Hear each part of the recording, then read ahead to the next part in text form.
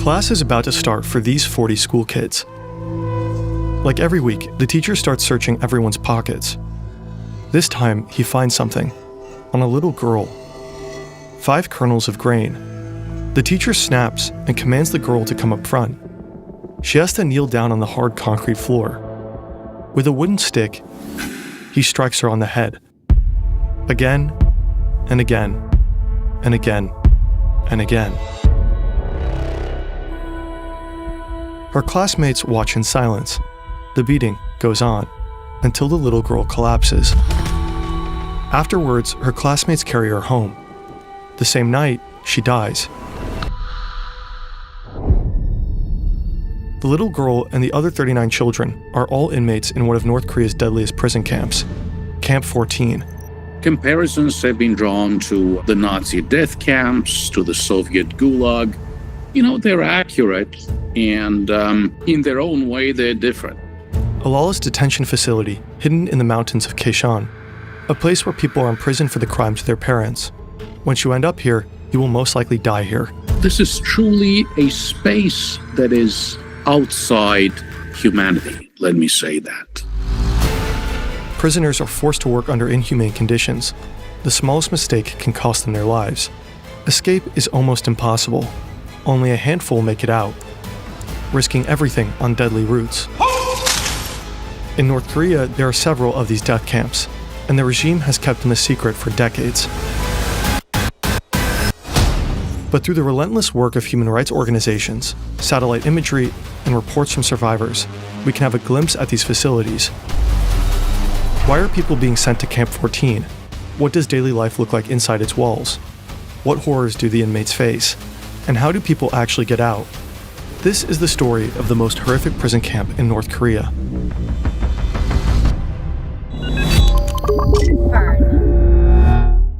This story is based on Escape from Camp 14 by Blaine Harden. One former prisoner of Camp 14 later changed parts of his story. Every time you see this symbol, it marks those revisions. If you want to know more about the exact changes and the reasons behind them, we recommend reading this article. Since North Korea denies the existence of these camps, independent verification is not possible. Shin Dong-hyuk is just a young boy when he witnesses the little girl being punished for having food in her pocket. Shin has no doubt she deserved it. After all, she stole food, and in Camp 14, stealing means death. He doesn't question it.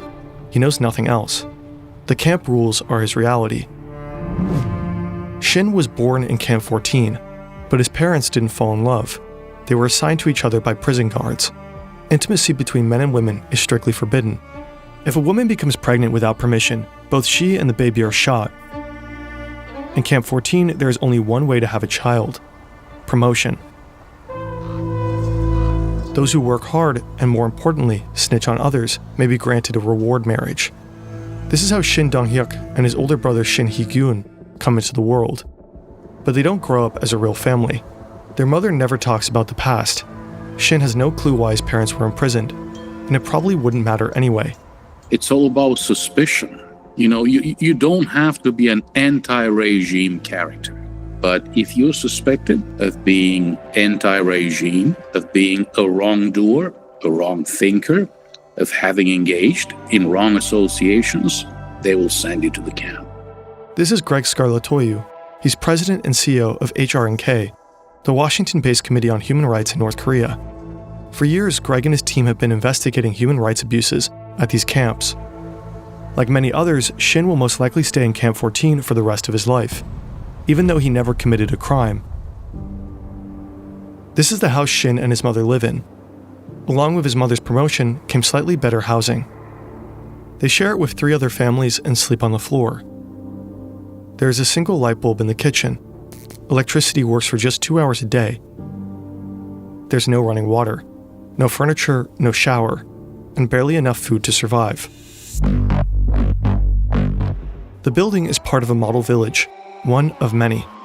Camp 14 is estimated to cover around 153 square kilometers, almost 3 times the size of Manhattan. It is secured by a 60-kilometer fence, patrol paths, barracks, guard posts, and checkpoints. The whole area stretches from river valleys to mountain peaks. The wilderness and the Taedong River act as a natural barrier, an immense obstacle course separating the facility from the outside world. Little villages are scattered across the vast area, containing housing and working units. These are sprawling facilities. They're very large facilities. So at some of these facilities, you see farming, agriculture going on. You see some of these facilities that are adjacent to coal mines or other types of mineral exploitation.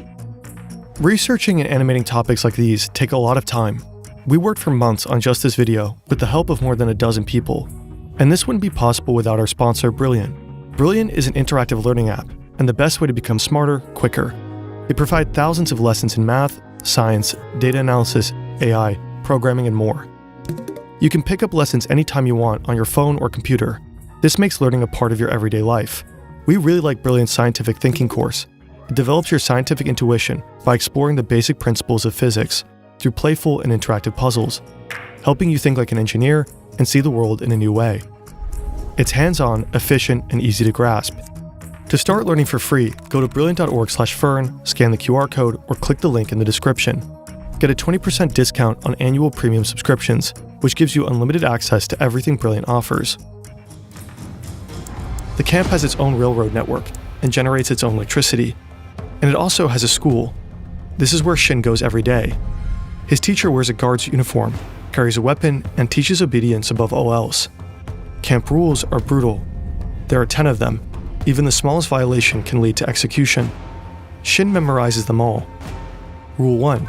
Any witness to an attempted escape who fails to report it will be shot immediately. Rule 3. Anyone who steals or conceals any foodstuffs will be shot immediately. Rule 5. Anyone who holds or hides a fugitive's possessions, conspires with him, or fails to report him will be shot immediately. The guards enforce the rules without mercy. 내가 총을 꾸려서 뭐 쏘거나 해도 하나 뭐 가책을 느끼지 않았어요. 일반적으로 우리는 그때 쏘도 나라를 지키기 위해서 내가 한 일이기 때문에. 그 수용소에는 들어오게 되면 사람이 아니에요. 사람이 아니고 내 마음대로 해도 돼요. 그 안에 사람은 그 자리에서 죽이겠으면 죽이고 살리겠으면 살리고 하는 건 내 마음에. 설명해 주세요. Across North Korea, there are different types of detention facilities. The worst of them are called Kwanliso. Camp 14 is one of them. It's also called a total control zone. People never get out of those. They just waste away. They get killed by this vicious cycle of malnutrition and forced labor. Shin's mother has to work the rice fields, 10 to 15 hours of hard labor every day. If she meets her quota, she receives food, just enough to survive the night and make it through the next day.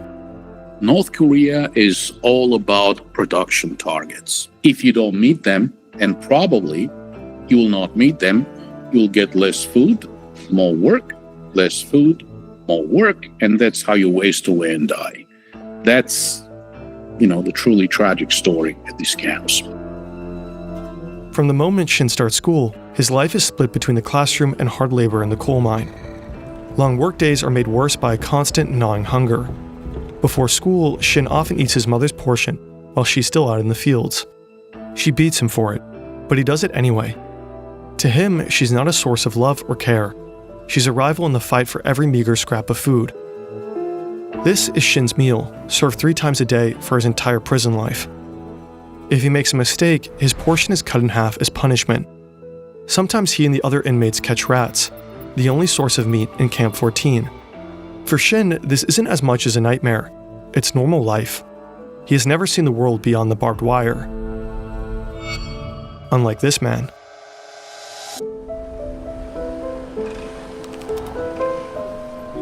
Kim Young is in his mid-40s when he's brought to Camp 14.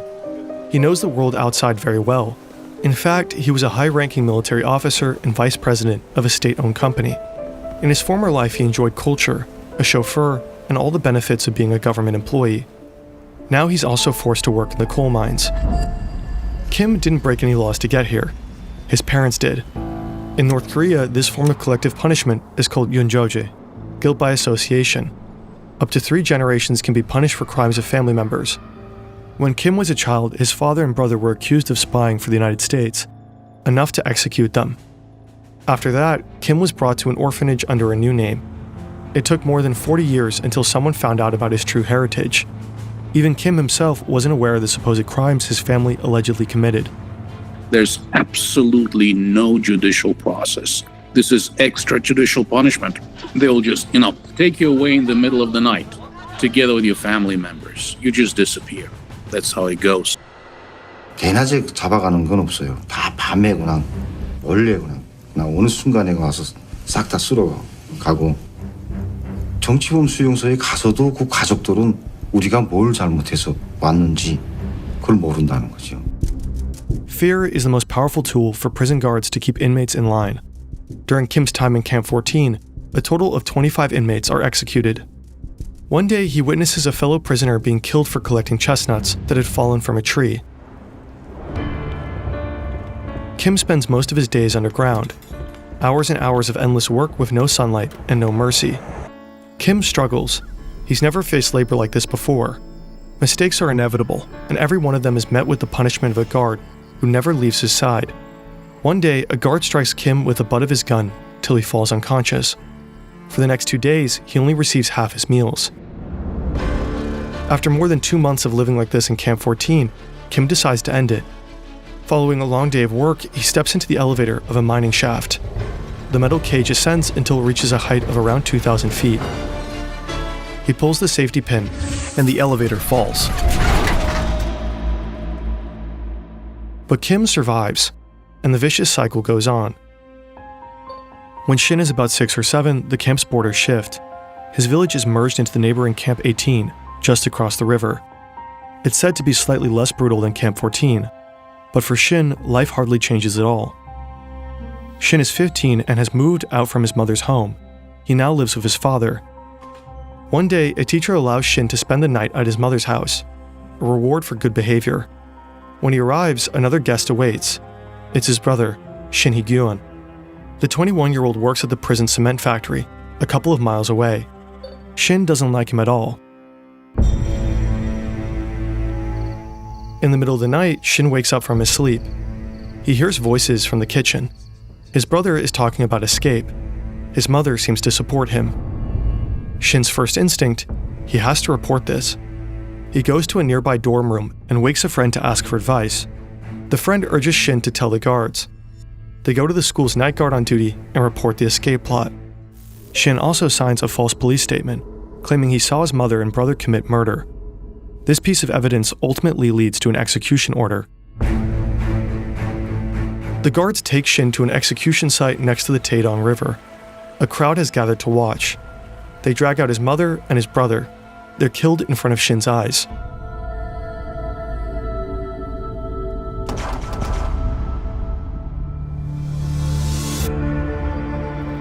In 1996, Kim Young is transferred to Camp 18. To him, this place feels like heaven. The labor conditions are slightly better, and to his surprise, he reunites with his 70-year-old mother, who is also a prisoner here. But the violence and abuse don't stop. One day, he has to witness how guards beat up his mother and force her to do manual labor. His mother is certain they will both die in the camp.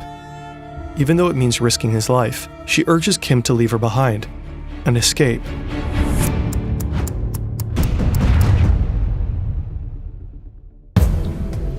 Escaping from a North Korean death camp is almost impossible. These are highly protected facilities. You're talking barbed wire, walls, armed guards, intersecting lines of fire. We're talking machine guns. Very, very difficult to escape. It's, difficult to escape a detention facility in any civilized country. Imagine North Korea. Kim Young quietly studies his surroundings. He observes, waits, and starts thinking. He lays out multiple escape plans, but none of them seem doable to him. Another hard day of work. The prisoners are loading coal onto a train. Suddenly, they spot something. Grain scattered across the bottom of a train car. It must have transported food before. The scene explodes into chaos. Prisoners drop everything, desperately looking for the tiniest speck of food. The guards start shouting, but no one listens. Kim discovers a narrow space beneath a metal panel in the floor of a coal wagon. He squeezes inside, and as the train rumbles out of Camp 18, he rides with it. Hours later, the train reaches Goan Station at around 4 a.m. We don't know exactly how, but Kim manages to crawl out of his hideout and disappears into the night.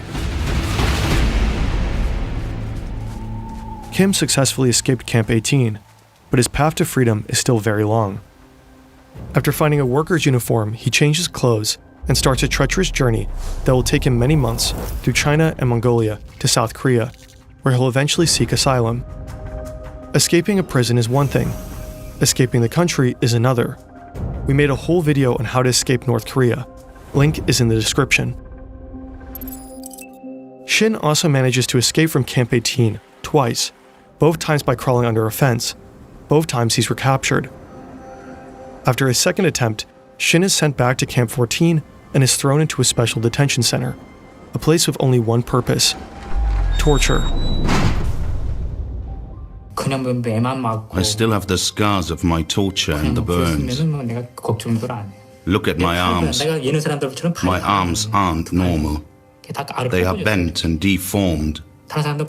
Before I was tortured, my arms were straight. When I was tortured, my arms were tied up with a rope and pulled backwards. That made them more and more bent. I'm filled with anger when I stand in front of the mirror and look at my body after a shower.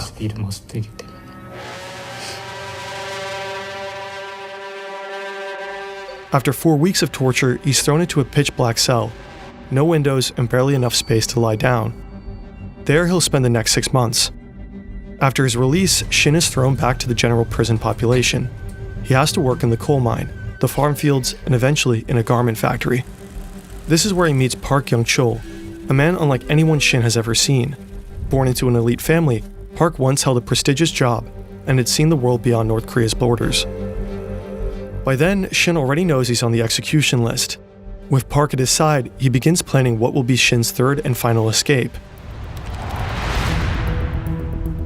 Shin and Park are assigned to do some woodwork up in the mountains, along with some prisoners. They're chopping wood near the outer fence. The camp's fence is around 10 feet high and lined with high-voltage barbed wire. The next guard tower is a quarter of a mile away. Shin watches the patrols. There are long gaps between them where no guard is close enough to spot the two. The plan is simple. Wait until dusk so that their footprints can't easily be traced in the snow. They slip through the high-voltage wires without touching them.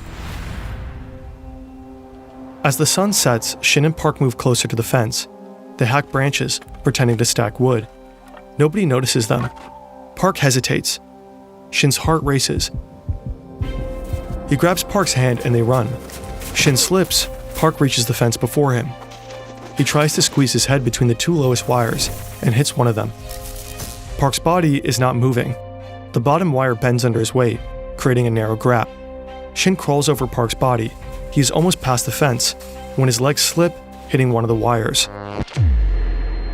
The voltage tears through him. His pants char. His skin burns from ankle to knee. But somehow he makes it through. Park's body lies dead on the fence. Shin runs without looking back for 2 hours straight until he realizes that he made it. He manages to cross the river to China, and after a journey of almost 2 years, he finally reaches South Korea.